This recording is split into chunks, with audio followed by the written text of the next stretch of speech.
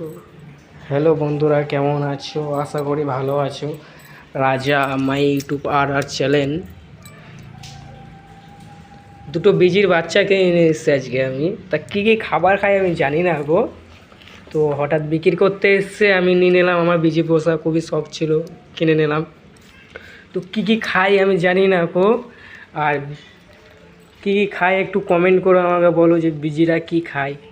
আর busy কি কামড়ে দিলে কি কিছু হয় মানুষের? এটা যদি কেউ যদি জানা যদি থাকে তো প্লিজ আমাকে কমেন্ট করো। আমাকে কমেন্ট করে একটু বলো।